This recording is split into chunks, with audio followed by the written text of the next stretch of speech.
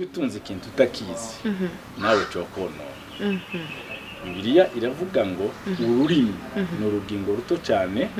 ariko ngo rumeze nk'umuriro.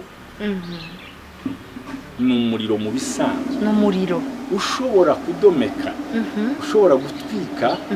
ingingo zawe zose zikaja mu kaga. Kandi ururimi rw'umuntu urashobora guteranya abavandimwe imiryango igasambuka igasenyuka.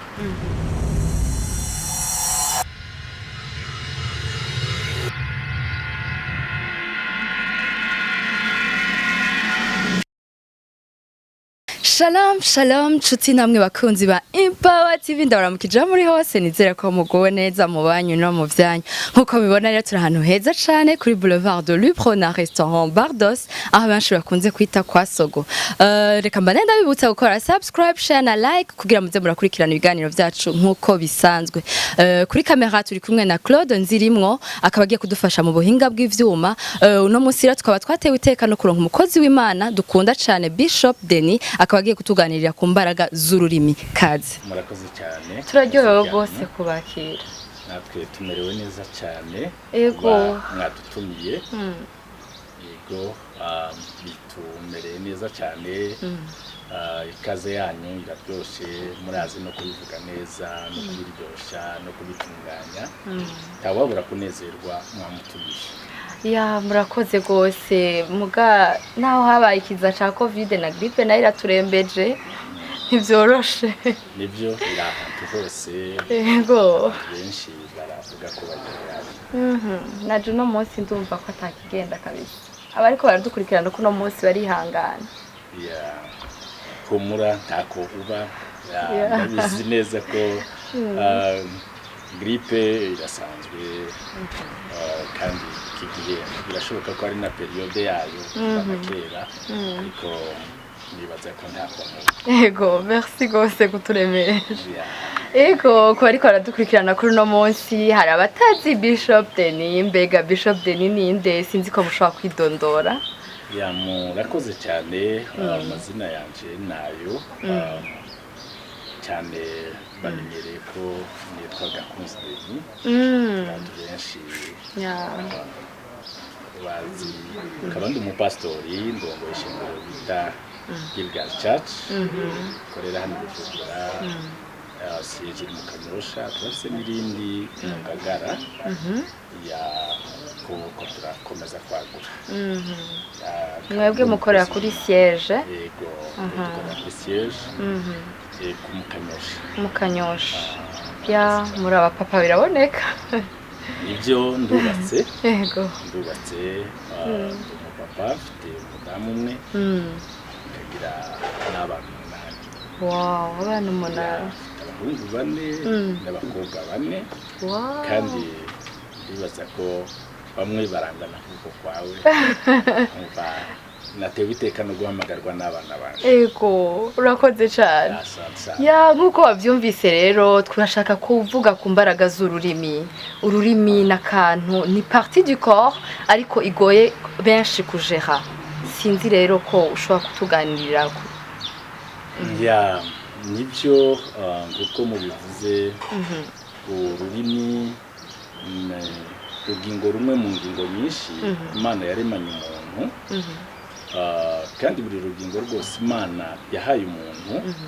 rufise akamaro. Ya amaso arabona, amatwi akumva, amaboko agakora amaguru akagenda n'izindi ngingo. Bigeze ku rurimi ukavuga. Ya nirwo rudufasha kuvuga kugira ngo mwumve iso yanje no kumva amajambo gutandukanye ndome n'iyindi ko ndabishobozwa n'ururimi. Ya ururimi nuko rumeze n'urugingo Imana yaturemeye dukunda cyane kandi ruto ariko rugira ubushobozi bwinshi. Hari abavuga kenshi bati none Imana yari yiyumvira iki kugira ngo itange ururimi rumwe. Hari abavuga ati amaso nabiri, amaguru nabiri, amaboko nabiri, izuru rifite imyenga ibiri, amatwi nabiri ariko ururimi ni rumwe. Kubera iki Imana yoba yarashimye gutanga ururimi rumwe? Ya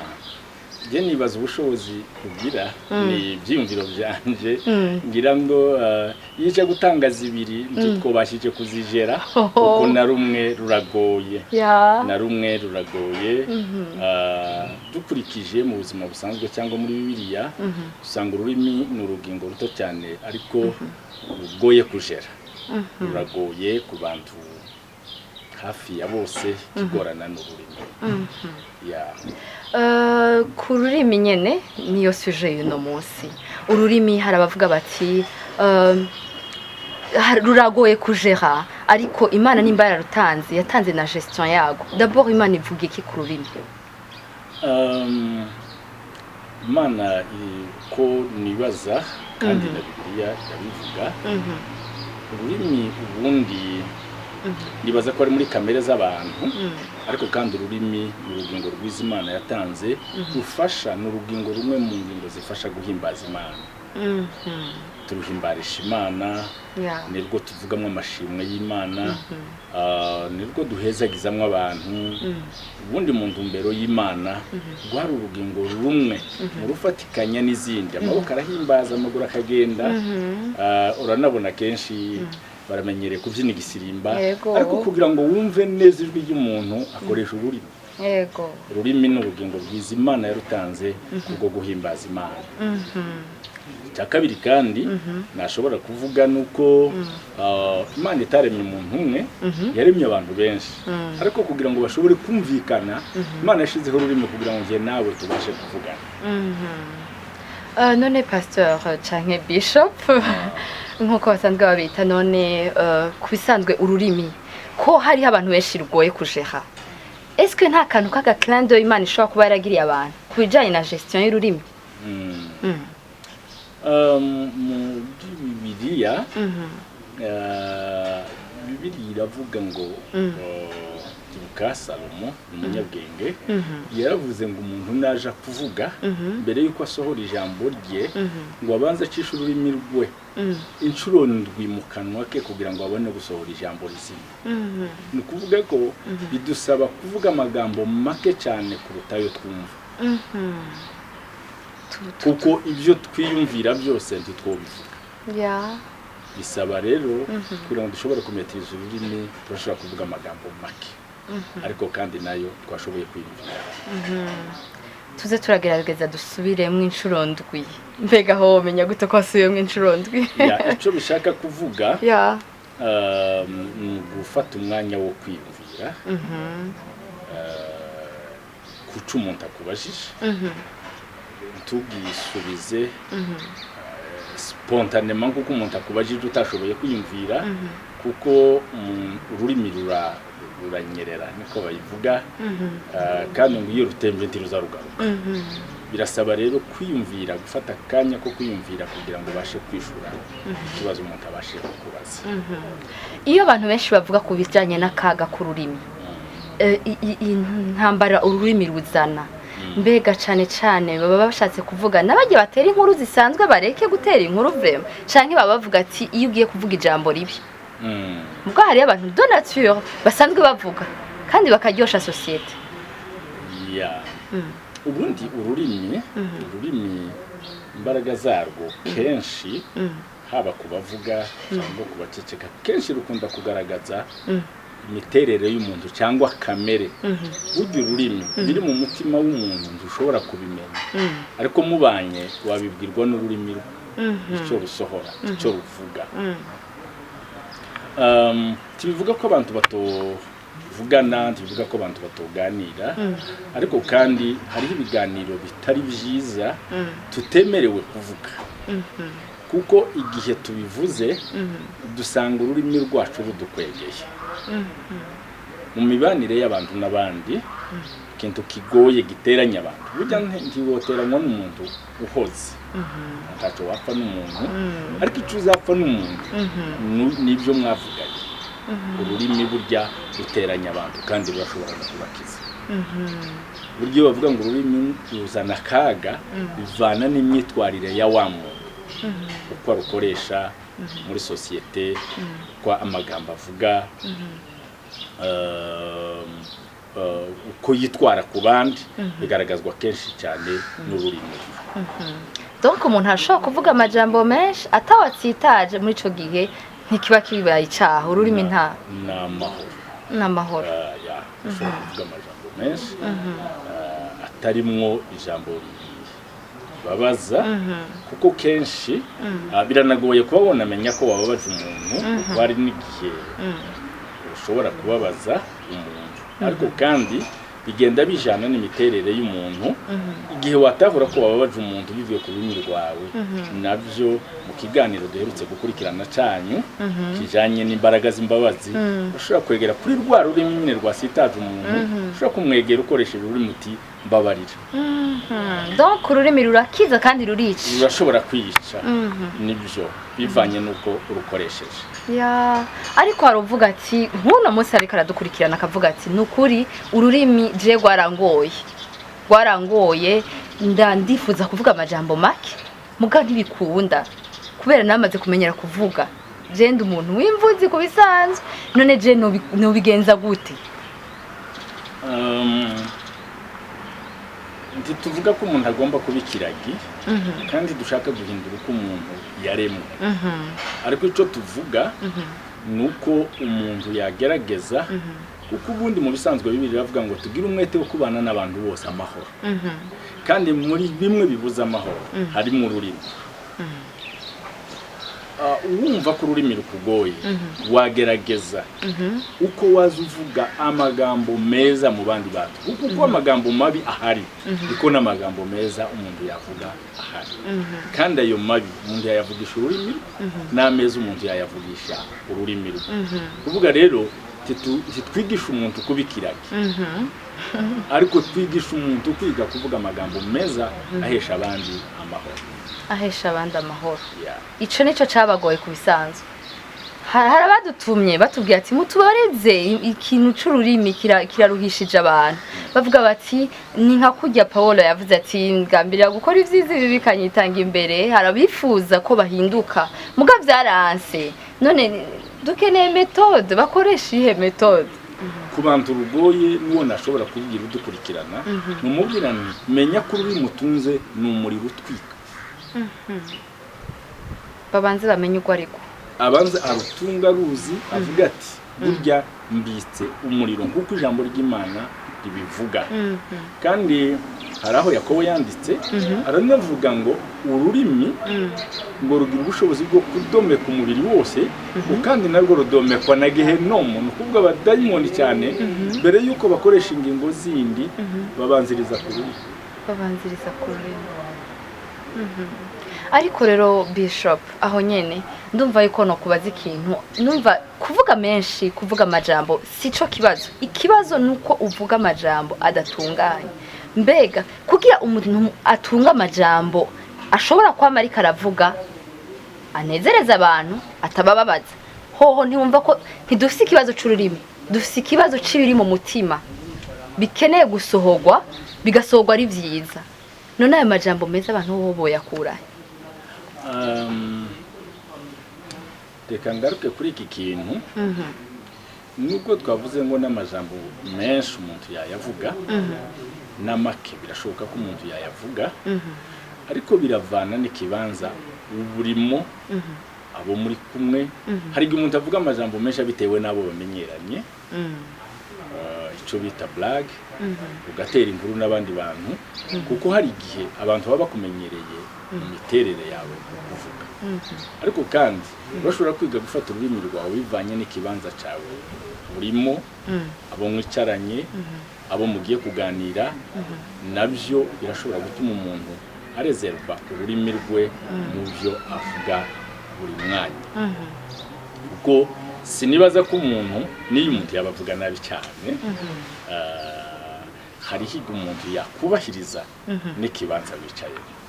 bikaguhesha kuba wagira icyo uvuga abandi bakatumva neza. Pastor nako Bishop, harabibaza cyane ikibazo kijanye na Tour de Babel, umunara w'Ibabeli. Bakavuga bati kumbure Imana kugira ngo ibashe kunyuranya indimi z'abantu hari aho Imana yavuga ati aba bantu bafite amajambo menshi atari ikibazo c'uko gusa bashaka gushikira Imana nk'uko babivuga ariko bakavuga ati Imana yari yagaye amajambo yabo menshi none Imana nta kuntu yari kubahoza gusa ikareka kunyuranya indimi ariko bagahora tuko nimba Imana yari yagaye amajambo yabo. Imana ntabwo ikunda ko abantu bahora gusa ubundi abantu bose bakora amakosa twababwiye tugitangira kuko ubundi ururimi dukora byinshi badufasha mu buzima bwacu busanzwe ariko kandi harimo no guhimbaza Imana kuko muri abo Imana ije kubabwira ngo hora bari guceceka kugeza none sinzi ngira aba baravyaye ibiragi simbizi ariko kandi Imana yashatse kubatandukanya. Imana ntiyanze ururimi kuko mbitekereza Imana yanze umugambi wari mu mitima yabo ishaka gutandukanya umugambi kugira ngo ibatandukanye objectif yabo itari muri gahunda y'Imana ireke gushikwaho.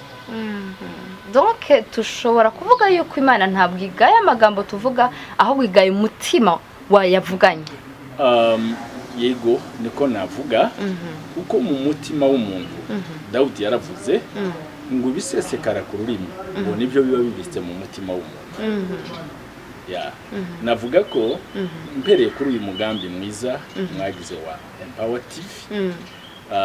urabona ko byari mu mutima ubu kugira ngo abantu babimenye bisohowe n'ururimi. Urabona ko ibi kugira ngo abantu babakurikirane byari mu mutima burya kugira ngo abantu bamenye ikiri mu mutima wawe ko ari cyiza cyangwa kibi bagutegera ku rurimi. Ariko harabavuga bati hari n'abantu basanzwe gusa bafite imyumvire mibi ntibumva naho uvuga neza bumva nabi isufi gusa yuko atakwiyumvamo atagukunda naho uvuga ngo ndagukunda yumva ngo hagiye ashatse kuvuga ngo aranyanka none gasha abo bantu bumva twobishinga. Icyo Bibiliya itubwira urwacu uruhande tutitaye ku byo abandi bavuga bwa mbere ku rwacu uruhande twifuza ko twabana nabo bose tukabana amahoro nubwo yavuga ko wavuze nabi ariko uri sure ko wavuze neza je nibaza ko umutima wawe waba amahoro kandi nanone kuri rwa rurimi agize icyo kwagiriza duciye mu ijambo ry'Imana bashobora kumusobanurira uburyo bwiza bw'itonze kandi hagize ikikwagira nanone kuri rwa rurimi ufite imbaraga zo kongera kumusaba imbabazi turagaruka kuri cya kiganiro kuri cya kindi gusaba imbabazi kuko ururimi rufite ubwo bushobozi bwombi kubabarira no kubabaza hari abantu no kuri nta kubesha Bishop bababazwa n'ubusa umubwira akantu gasanzwe akaba gafasha ukundi kuntu kuri ico nyene ko ndakubarira n'ukuri sinzi ahubwo numva umengo hari nico wobwira abantu bumva nabi foko abantu bakira amajambo bakayakirana umutima mwiza. Birakwiriye ariko kandi biragoye burya kugira ngo umuntu yakire amagambo neza cyangwa nabi cyangwa gestion yayo muri we ayakiriye biravana n'ibintu byinshi niko niyumvira biravana nuko uwo muntu aba asanzwe agufite muri we neza cyangwa nabi. Umuntu yanakumva neza utavuze neza cyane bivanye nuko asanzwe gukunda.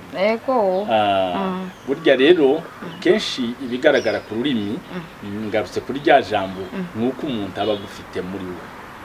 we ashobora kuvuga nabi bivanye nuko asanzwe akuzi nabi yakuvuga neza na rwa rurimi bifatiye ku byo asanzwe azi kuri wowe cyangwa akuzi neza. Nibyo rero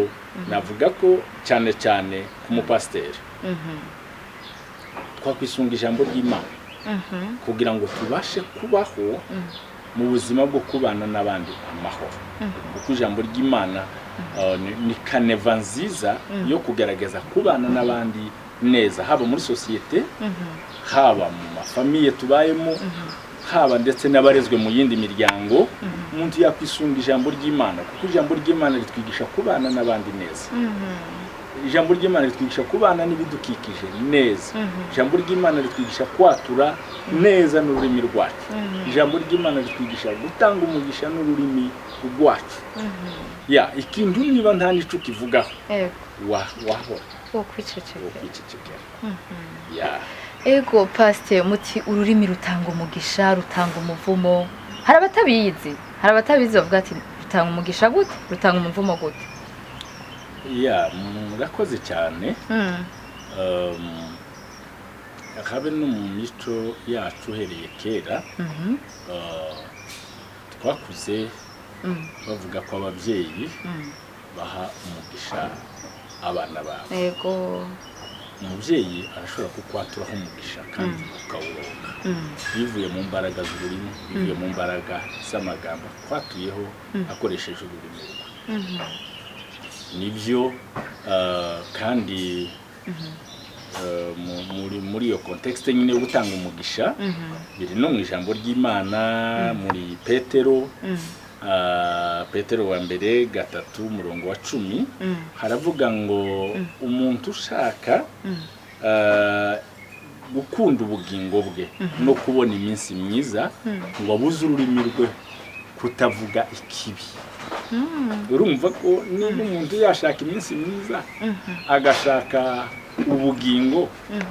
urumva ico byonona n'ururimi. Ariko kandi Bibiliya iravuga ngo afata ururimi rwe rwoye kuvuga ikibi. Ni kuvuga umugisha kugira iminsi myiza no kubaho neza ufatiye ku rurimi kuko ijambo ry'Imana ribivuga. Turebye kandi mu ijambo ry'Imana mu gitabo cy'Itangiriro igice cya 49 twahabonye Yakobo aha yahezagira abana biwe abaha umugisha akoresheje amagambo y'ururimi. Akabwira uyu ngo uzabuyu wowe uzabuyu kandi ibyo yabatuyeho niko byagenze. Ni ukuvuga ko ururimi rurashobora gutanga umugisha kandi dukoresheje ijambo ry'Imana. Birumvikana gose. Kandi n'ababyeyi bacu mu bisanzwe bafite ubwo bushobozi. Ururimi rw'umubyeyi burya rugira ubushobozi bwo gutanga umugisha. Cyo kimwe nuko rwatanga umugisha. Ego birumvikana gose. None pasteur hari ikibazo nibaza. None cyane ugerageje kuraba uranura umupastori uhura n'ibintu byinshi byubona mu bakristo ni byinshi ukavuga uti impamvu nyamukuru ituma abantu bavuga nabi ni en fait ushobora kuvuga ati sinzi umaze kubona sinararibonye antoka impamvu wowe wibaza ko abantu bashobora kuba bavuga nabi ururimi rukabakoresha amakosa impamvu zibituma nizaye. Reka ninjire muri Bibiliya ariko kandi no mu buzima busanzwe. Mu buzima busanzwe burya twese ntitwarezwe kimwe titwarerewe hamwe kandi ababyeyi batureze cyo kimwe. Hari uvuga inabi bivanye n'ubuzima yabaye mu buzima bubi yabayeho nabi yarezwe nabi uwo muntu byuzura umutima we biba bibi cyane. Undi nawe ashobora kuba yararezwe neza bivana ico ni mu buzima bwa minsi yose bw'imibereho yacu. Yego imibereho y'umuntu uko yabayeho gashobora kuguterera kuvuga ibyo uvuga mu kanwa kawe. Abakureze ibihe waciyemo intambara wabayemo zirahindura umuntu zigatuma wavuga nabi cyangwa neza. Icya kabiri nashobora kuvuga nisunze Bibiliya kuri iryo jambo burya Bibiliya iravuga ngo mu muntu harimo kamere ku muntu utarakizwa hariho ibintu biranga kamere y'umuntu ishobora kutagupermeta kuvuga neza niyo byagenda bite ku batarakizwa ku bantu batarakizwa kuko mwampamagaye ndi umupasitori kugira ngo umuntu agerageze guhindura ururimi rwe avuge neza nasaba ko umuntu yakizwa kandi gukizwa ni kimwe umuntu agasubira kongera akabyarwa ubwa kabiri ukuvuga agahinduka muri kamere yiwe kuko mu gitabo cy'Abagalatiya 5 verse ya 22 niko haravuga imiterere y'umuntu wa kamere utarigeze akizwa harimo ishari harimo intonganya harimo inzigo harimo amacakubiri harimo ibintu byinshi bigaragaza ko uwo muntu ufite ibyo bintu nta munsi n'umwe yavuga neza kuko muri we ubutunzi bubitse mu mutima we ni ubwa kamere bugaragaza ibintu bibi kandi uwo muntu kenshi akoreshwa na Satani kandi ururimi rwe ruvuga ibiri mu mutima niko twabitangiye tuvuga utira abantu bashobora kuvuga nabi bitewe swat nuko yarezwe canke bikaba byaratewe nuko atarakizwa kuko ibiri mu mutima nivyo bibogaboga donc bibogaboga mu mutima nivyo biseruka ku ariko hari ikindi kintu nkora nibaza sinzi ko ari ico ariko hari igihe nibaza yuko cane ibintu vy'utugwitugwi ico twita marigala canke agakuku sinzi uko mukunze kuvyita ariko uravyumva ibintu by'abantu bahurira hamwe muhuriye hamwe kabare muvuze kanaka eske naco nico bari impamvu nyamukuri tuma abantu bavugana canke bakavuga ibintu bitakwiriye birashoboka kuko bivana nabo bantu bagize iryo rigara ko baba bateye uko baba bameze impamvu ibahurira impamvu ituma bahurira hamwe bazinanye bashobora kuvuga neza cyangwa nabi bivana nabo aribo nikibahurira aho nsubiye kuri rya jambo nakubwiye ngo birashoboka kuba umuntu yavuga nabi bitewe nuko yaremwe ndibuka hari ahantu twabaye tukiyimukira papa yari umukristo kandi ubwo numvaga tukana narimo kandi ubwo nigeze kumwumva tukana cyangwa dutuka nk'abana aho twari twimukiye umwana wacu muto yasohotse ahura n'umutama aramutuka umwana nibwo bwa mbere yari yumvise umuntu w'umupapa ndagira ngo atukana sinzi ko wenda yoba hari ahandi yari yarabyumviye ariko mu nzu mwacu papa ndiyadutukaga abyumvise yarirutse yageze mu nzu umutima ugiye kumuvamo aravuga ati mvuye n'umutama arantutse we yo mana we arantutse urumva kubera ko ari ikintu atigeze amenyera iki cyamubereye igishitsi kinamutera ubwoba twaramuhumurizaga kugira ngo yumve ko ari ibintu bisanzwe kugira ngo yumve ko atari ikintu gikomeye kimubayeho ko ndakundi twari kumufasha nukuvuga nimba wararezwe n'umuvyeyi atukana abana baratukana nimba wararezwe n'umuvyeyi ubesha nawe uramubesha nawe urabesha ururimi nuko rumeze ariko hari igihe umwana gutera ishavu je sindi umuvyeyi vrema muga hari ibintu abana bakora ukumva umengo wona mutuka basi bivumvure bikagabanuka burya gukiza umwana zo kumutuka gukiza umwana no kumwiyegereza ukamuganiriza neza ukamenya impamvu zimuteye iryo kosa iyo utamutukana aho ngo umukarire harabavuga bati ati ujya muvyeyi yamarika ararekereza abana ni ntabakankamira ntabereka ikibi n'iciza abana bamari ingomwana ugasanga hari abana bakosorwa no gutukwa ukabakarira ukababwira ibijambo nyene sinibaza ko gutukana ari mu mbaraga zofasha kurera ahubwo ni kimwe mu mbaraga zerekana umuco mubi mu rugo kandi ukoresheje ururimi kuko nimbura umuvyeyi umwana kumva ko utukanye akaba arizo zigaragara ko arizo mbaraga ufite zo tuma umwana ahinduka umwana naguhindukirana azagutuka ibikomeye niyaramuka atakubashe azagutuka kandi wenda azatuka ibirenze ibyo wamututse wewe. Kibaza ko ngarutse nanone muri rya jambo abantu bakwiriye gukizwa. Abantu bakwiriye gukizwa bagahinduka mu mitima kugira ngo gukira kwabo ijambo ry'Imana ribafashe uko bashobora kubana n'abantu bose amahoro. Yakobo yaranditse ngo ururimi umuntu ngo yomenyereze ibikoko byose kandi ukabitunga, ngo ariko biragoye ko umuntu amenyereza ururimi. No kuvuga rero uko byaba biri kose kokizwa, kuko iyo umuntu akijijwe hari ibyo utinya, hari ibyo wanga, hari ibyo uvamo, hari n'ibyo uhunga kubera ko bitajanye n'imyemerere cyangwa n'agakiza ufite muri wowe. Ibyo bigatuma wabasha kurera ururimi rwawe. Ariko hari abantu b'abakristo benshi pastor benshi nzi jewe ntorinda ndavuga abananiwe kujeha ururimi rwabo kandi bitwa ngo barakijijwe. None umva two barabira ko akarorero kandi nawe nyene bakijijwe byarabagoye. Gasaba umuntu w'umupagani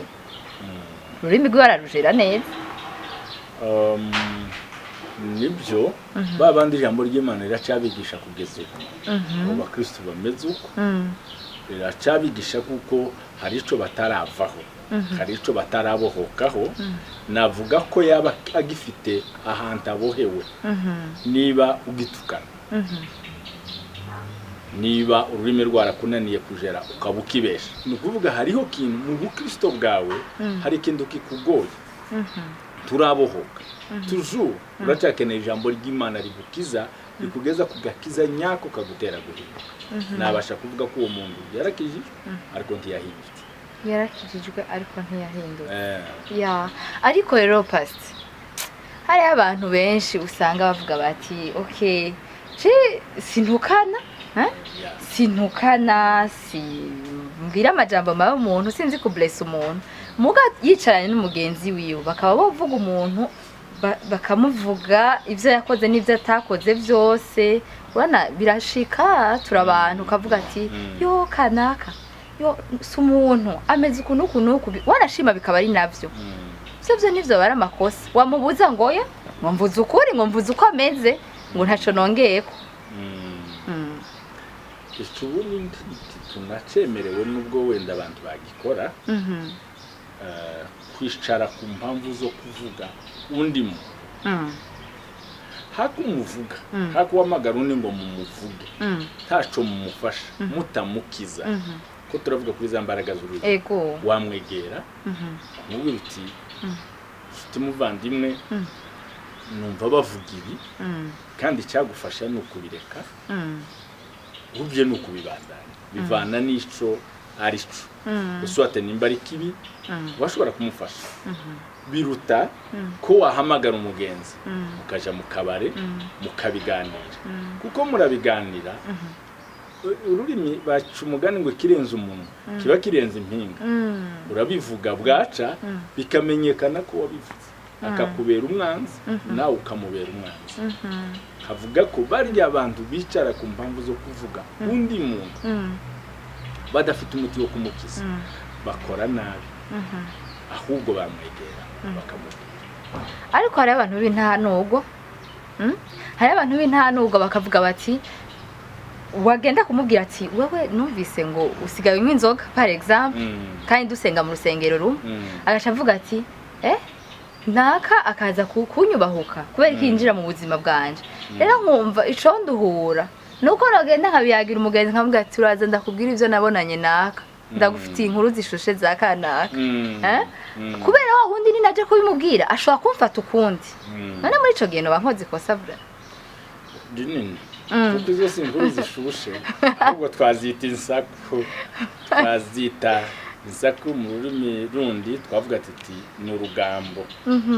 Ahubwo nawe wabura umunyamunwa kuko wabugiye kujana inkuru itakureba biba byambabaje vuga nti reka nduhure ndi kureba kandi hari igihe ushobora gutwara inkuru ahatari wabitwe muririmbyi muririmbana murasengana kandi yabimenya ko wayitwaye ahubwo twibere ko yishiriye kanaka basi kudafuma unjana kwa pasteur pasteur bafite n'ubushobozi bwo kumpamagara pasteur bafite n'ubushobozi bwo kunsengera pasteur bafite n'ubushobozi bwo kumpanura ariko unjanye kwa kanaka ntaco wamfashije ahubwo waranyararaje ururimi rwawe rero rukaba ruguteye ingorane ashobora kubyihana kwa pasteur ariko wowe ugakomeza kumubera umwanzi kubera ko waramwararaje ashobora kuba yaranyoye inzoga ariko ikintu cyamushikiye mu rugero ariko ejo akabireka ntabyongere ariko amakuru we wavuze akabageze kure cyane kandi utazoyagana ariko mbwiye pasteur nta nakimwe naho ucume ngo ndamureze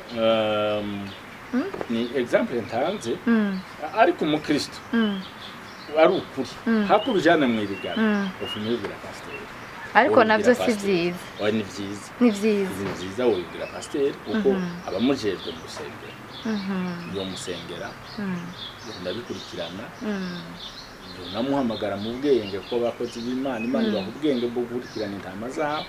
abafite ubwenge ndiyona kuvuga ko wabivuze wowe nibaza ko yogufatira iryo banga ariko akabikurikirana k'umukozi w'Imana hanyuma agakiza yankama hari abo kuri uyu munsi bavuga bati je ikibazo mbona no kubeshera umuntu no kuba namututse kuba namubwiye nabi muga kuvuga ibintu bihari Frema nta cyaha kiba cabayemo naho naba navuze ko yanyoye inzoga nene we ntaba yazinyoye ndagira ngo ubwire ko bihari byose kitwemerewe kubivuga ubwo tubibaza ko twoguma tuvuga ibihari byose hari ibyo dukwegera hari ibyo dutera ingorane ubundi hari n'ibyo tubona ariko kandi tukabona nta n'impamvu zo kubivuga kubera uswate nta nyungu ubifitemo ntaco bigufasha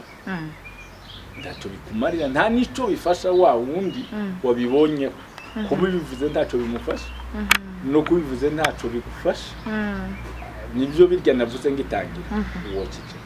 uwo byibuze uwo kwihorera kuko atanyungu kandi muntu mbere yo kwiha amahoro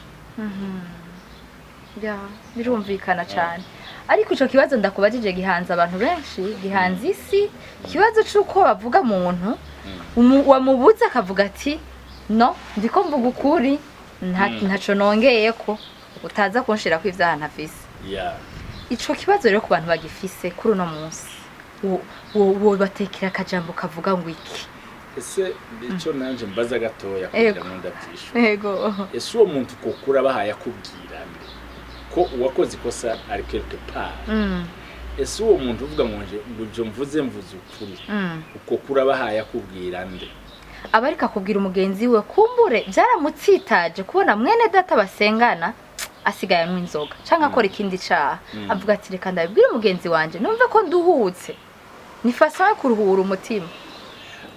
Jesse nibaza ko ibyo byo uruhura kuko umugenzi wabwiye burya kiruhura umutima ni gihe watoye solution y'ikibazo cyakubabaje ariko kubwira umugenzi so gutora solution urabyumva baca umugani ngubwira nkunzi nawe akabwira nkunzi nawe akabwira aho nukuvuga ko ushobora kubwira nkunzi ukunda undi nukuvuga ushobora kubwira umuntu ejo ukabisanga mu gisagara ejo ukabisanga muri ville kandi wowe wabizanye ni wowe bakomeza gutangaho nkatemwe wavuze ibyo bintu kandi uramenye ko umuntu ico yavuze ejo uwacumvise nta kivuga kurya wowe wakivuze birahinduka yashira ko utundi yibwira ko abiryosha kandi bijya bashizeho bamubaza akavuga ko ari wowe wabivuze nivyo yongereye byose bikakwitira byawe uwo yabwiye bigeze ku bantu 3-4 biragaruka bikabija wowe wabizanye cyo mvuga nti uwo muntu nubwo yabwira mugenzi we nashaka be avuga kuri ariko kandi ni ukuri ko kwararaza kandi ni ukuri kudatora igisubizo nicyo mvuga ndi ko si ukuri icyo yabakoze cyose cyaba kirimo amakosa vomye nimba yumva yifuza kuvuga yabivugiraho bikwiriye kuvugirwa hatari ku bagenzi niba ari umupasteur afite uwo muntu ari umukristo bikunaniye wabijana kumwungera kuruta kubibwira umugenzi uzabwira undi ego pasteur hari par exemple je ndaguha exemple y'ikintu canshikiye mu buzima ariko gishobora no kuba carashikiye uwundi ariko aradukurikirana kuri no munsi umuntu ugasanga agiye kukuvuga akakuvuga uko utari akavuga ati Yvonne par exemple canke uwundi muntu ati yakoze ibi nibi utigeze ukora est-ce que wumva nosubira kuri wa wundi yamvuze je ntiyanyubahutse ngo aze kubimbwira ni je kijojo yaje kuja kumubwira ngo mbe wamvuze kuno je nanje façon yanje kwiholasha mbwira umugenzi ntazi ko nakayambabaje yagiye kumvuga kuno ndamubwiye umugenzi wanje akansulaje ati hangana abisi niko babaye ntumva ko mba nduhutse eko je iyo façon ya gestion y'ico kintu sindayumva uko ndabyiyumvira iyo tuyitekereze nk'indwara kuko kubivuga uko nta muti ubutora njyewe no kwiyumvira hariho umuntu satani yateye arabesha avuga umuntu uko atari arangije kubera kuko ari we wabaye laboratoire yo guhingura ikinyoma cyo kubeshera umuntu akakuvuga nabi kugira ngo akwanduze hanyuma ngishije kugihingura ahamagaye umuntu arabimubwira urya muntu nawe araje arakikubwira uyu wabikoze ni mubi yakugiriye nabi nuriya wabivuze nta mutakuzaniye ahubwo akuzaniye indwara arakubabaje hanyuma nawe wowe ucukoze niki uriya yakwibwiriye mugabo wicukoze ugiye gukora publicité ya cakinyoma bavuzeho urinze ubishira umugenzi ubugiye gukora publicité ugiye kwigira publicité y'ibyo bavuze kandi mba numva niruhuye bakubesheye hari igihe bakubesheye wakurikirana cakinyoma ukabura wakifuza na wa muntu ntaguciriyemo ngiye kumuraba ntashobora kubinyemera ko yabivuze ntashobora kubikwemerera kubera ko ari ikintu satani ategura akoresheje ururimi rwacu mu gihe ufite iyo ntambara umva ngubwire Yvonne intambara zose burya umuntu ntiyazishoramo hari zigusaba gutekereza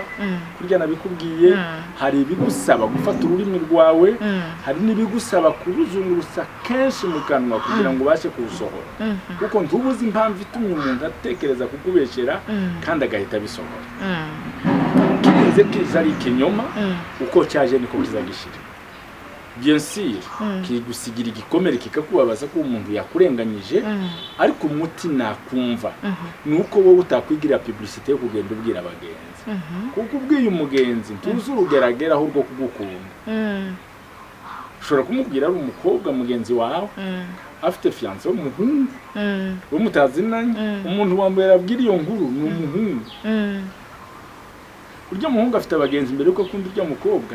nawe afite abagenzi aruhukira muri abo bagenzi ababwira inkuru zabo none wumva ko atari wowe wikoreye publicité y'ijambo ribiri kubayeho icyo natanga nk'umuti nuko ujye ubyumvise ndabivuga mu buryo bubiri hari ibimarwa nuko umuntu acecetse icya kabiri kubera ko umukristo gafata umwanya ukabisengera Imana ukavuga uti Imana urahintambara bandemera ntubishiremo ingufu tubishiremo ingufu zo kubivuga ngo wibaze ngo niho uri butore solution amajambo y'ikinyoma iyo yavuze aba menshi cyane kandi dushobora kuyagara amera nk'ajanwa n'umuyaga kandi plus uko abantu bayakira buri wese ayavuga ukwe kandi buri wese ayajera uko abyumva muti rero nje nibaza ko umuntu yafata ururimi fata ururimi rwawe nawe uri kuratwumviriza nawe fata ururimi rwawe mu ntambara yo kurahura nazo zose fata ururimi rwawe ariko pastor nyemera ndakubaza akazo kamwe ariko kanyuma Yeah. ariko kanyuma hari uvuga ati ni koko abantu ntasaba kwizerwa n'uwo mugenzi no bambwiye sinzi abazoheza aja kubibwira ashobora kubibwira umugabo wiwe ashobora kubibwira umugenzi we ashobora kubibwira undi wese umuntu ashobora gutekereza ariko rero pasteur akavuga ati nevite yuko umugenzi wanje azokumva yuko iki kintu bakimvuzeko mbe ndamuha rukingo rwa avance nahazovyumva zomenye ko bambesheye hari ababivuga muri urwo rwego bavuga ati nahazovyumva azomenye ko bambesheye donc ariko arisigura na avance kuko wa muntu avyumva hoho ntibishobora kuba umuti njyewe ico numva toujours sindawemera nk'umuti wowe uravuga uti mugenzi wanje akazumva ko bamvuzeho ibi azohava avyemera ese ubundi niki kikubwira ko atovyemera babimubwiye habe n'ubwo bamutangije kubivuga ese ubundi hoho niki kikubwiye ko babimubwiye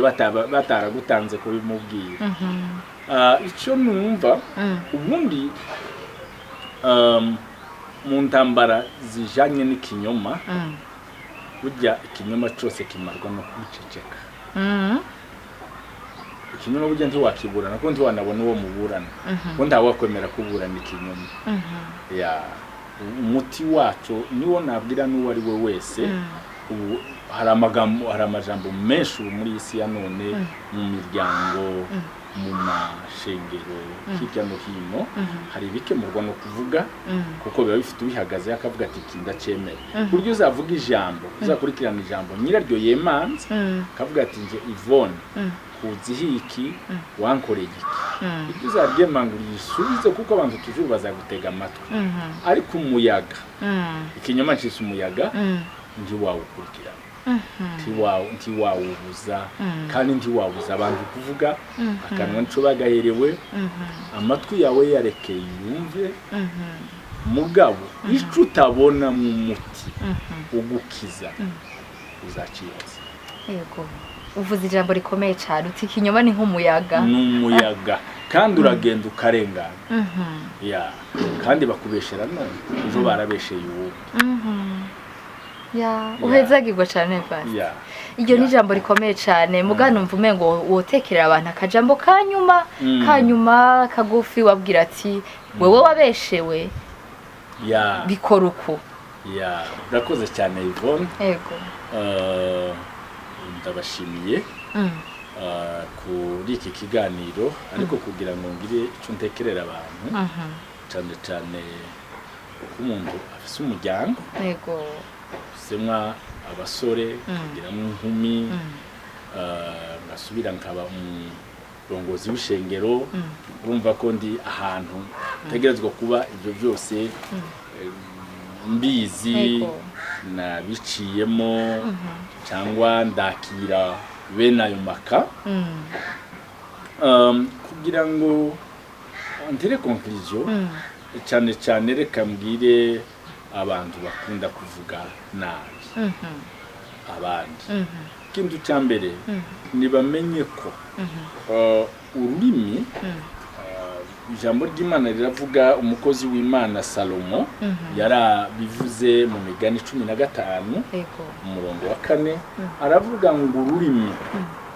ruvuga ibyiza ngo ni nk'igiti cy'ubugingo ururimi rukiza ururimi ruvuga abandi neza ni nk'igiti cy'ubugingo ariko ngo ururimi ruvuga nabi rukomeretsa umutima reka mbwire umuntu wese akunda kuba avuga nabi abandi ndagira ngo mubwire ko urugingo arukoresha ico rutaremewe ururimi rwaremewe kuba nk'igiti cy'ubugingo ururimi ni umuti kiza kuko niyo dusengera abantu barwaye koresha ururimi indwara zikava mu bantu niyo mpamvu y'ururimi uvuga neza ubwiye neza akanezerwa uvuga neza ubwira umubanyi n'umugenzi n'umwana wawe bakanezerwa Bibiliya ikavuga rero ngo urwo rurimi ururimi ruvuga neza ubwira umuntu ababaye wamubwira neza agataha nezerewe ubwira umuntu ababaye azarira wamwakira wamuganiriza neza wamubwira uti mpore koresha ururimi agakira ndagira ngo mbwire buri wese unumva koresha ururimi rwawe neza koresha ururimi rwawe neza kubera ko ururimi ni umuti ukiza icya kabiri ku batabyumva nanone bumva ko bashobora gukomeza gukoresha ururimi rwabo nabi ndagira ngo mbabwire ngo ururimi rwanyu wowe urukoresha nabi ushaka kubabaza abandi